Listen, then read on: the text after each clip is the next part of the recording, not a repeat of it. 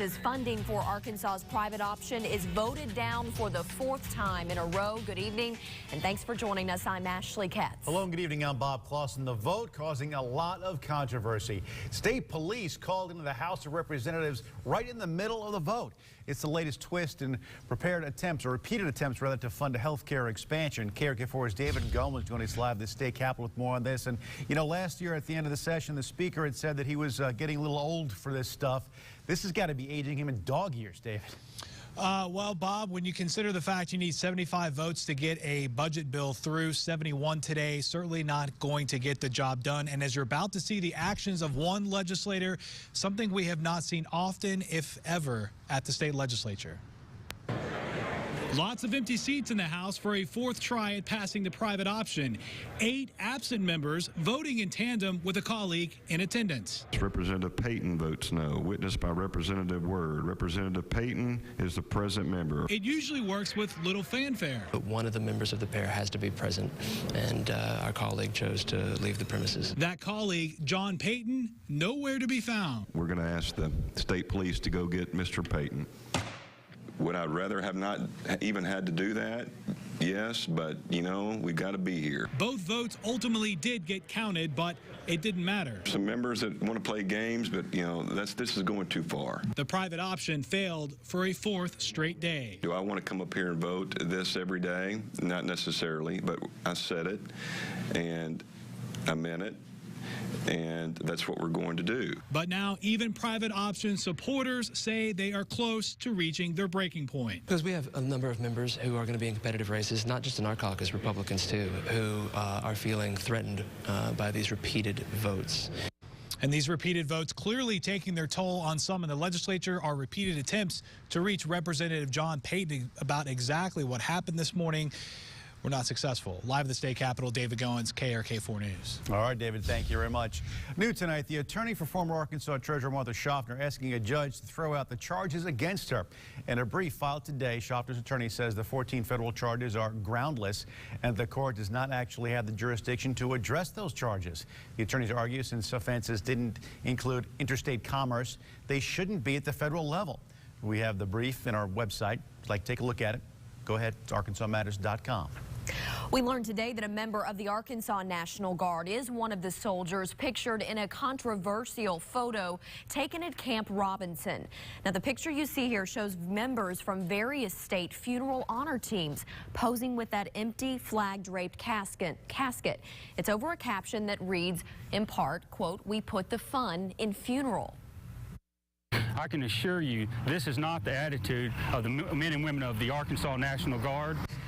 Officials with the Arkansas Guard are declining to name the guardsmen involved, citing death threats leveled at the member of the Wisconsin National Guard who posted that photo and comment on social media. But they say the soldier who has been with the Guard for 4 years has been suspended from his duties with the funeral honors team pending the outcome of this investigation. Layoffs hitting an Arkansas telecom company as Windstream announces the downsizing of 400 positions, with 67 of those positions in Arkansas. The layoffs are expected to begin March 3rd. The company says employees affected will receive outplacement counseling. Windstream says the layoffs will help save $20 million annually.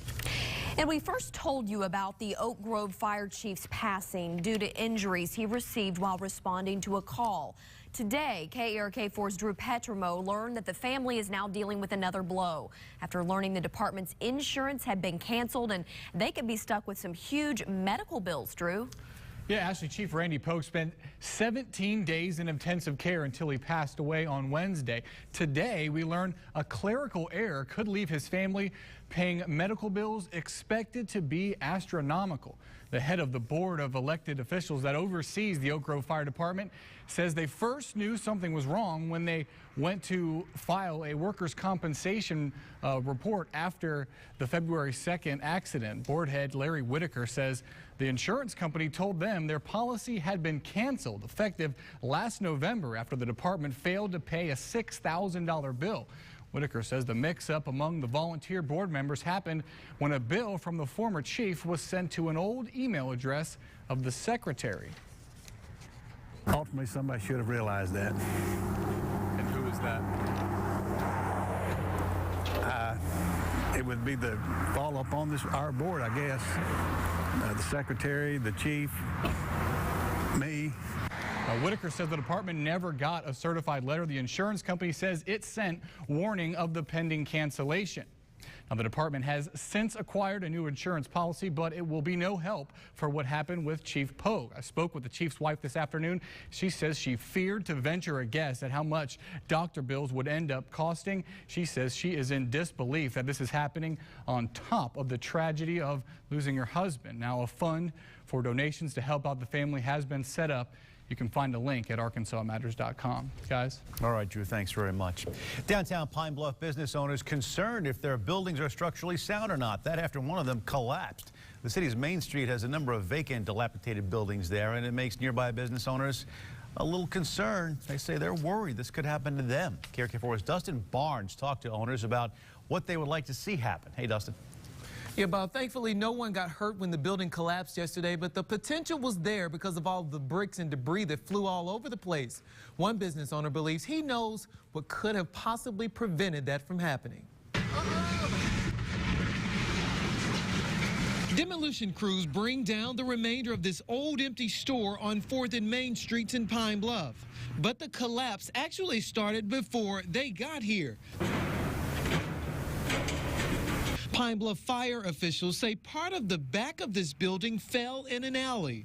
Some of those buildings there's no kind of life in it, they will climb down. Pop's barbershop owner Kendrick Williams says he blames years of neglect on this crumble.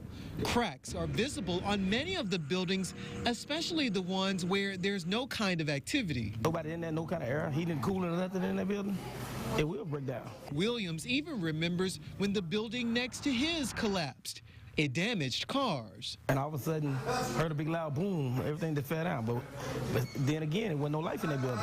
But Williams credits firefighters for inspecting the buildings for downtown business owners, but he wishes the owners would sell them so new owners could come in and fix them up. And perhaps it could pump life into a declining downtown. A lot of buildings have been sitting there for years and nobody messing with them. A lot of them going to fly falling down. And prevent catastrophes at the same time. And demolition crews are still in the area. Police have blocked the intersection near the site until they get all clear that it's safe to do so. Bob and Ashley? Dustin, thank you. A community coming together in the aftermath of a prank that went horribly wrong, ending the life of a Little Rock high schooler. Adrienne Broadway was killed last weekend, and tonight she is being honored at her high school's homecoming basketball game. KARK4's Suzanne Bruner joins us live there at McClellan, where Adrienne went to school. Suzanne. Bob and Ashley, as you can see, it is homecoming day here at McClellan High School. But right before tonight's game and festivities, faculty, students, and their families filled the football stadium just outside to remember Adrienne. It was an emotional and tearful visual for the young freshman cheerleader, who they say her life was cut too short. But I want to show you some video from that visual today. People brought balloons and flowers to remember her, and a lot of speakers on hand as well, including student government leaders who asked everyone to carry Adrienne's legacy of love on. Students shared poetry, they said prayers, and expressed how much they'll miss Adrienne's bright personality and loving nature. Adrienne overall was a very energetic and loving person. She was very outgoing and she loved everybody. She loved to have fun at cheer practice. How excellent. Towards the end of the vigil, people released balloons in her honor, and Adrienne actually was also a representative on the homecoming court. As a matter of fact, I'm going to have our photographer here pan down on the homecoming court right here. But they're going to remember her with an empty chair in her honor with some roses as well. So we'll be here tonight at 7 o'clock when this does happen, and we'll keep you posted tonight at 10 o'clock. Live in Little Rock, Suzanne Bruner, KARK4 News. Thanks, Suzanne. And still to come here tonight, the knitting needles click and clack quickly in this sewing circle. I learned to knit when I was about 10. Find out how they're using their skills with cloth to help cancer patients and Arkansans with courage. And a pretty nice day to end the work week in Little Rock today. Our high temperature 64. We started the day at 34. Believe it or not, although it was almost 80 degrees yesterday, some folks may see some snow by the middle of next week. We'll have the details in just a couple minutes. From the station that brings you local news that matters, this is KARK 4 News at 6 in high definition. With Bob Clausen, Ashley Katz, Chief Meteorologist Keith Monahan, and Aaron Peters with your Razorback Nation report. KARK 4 News.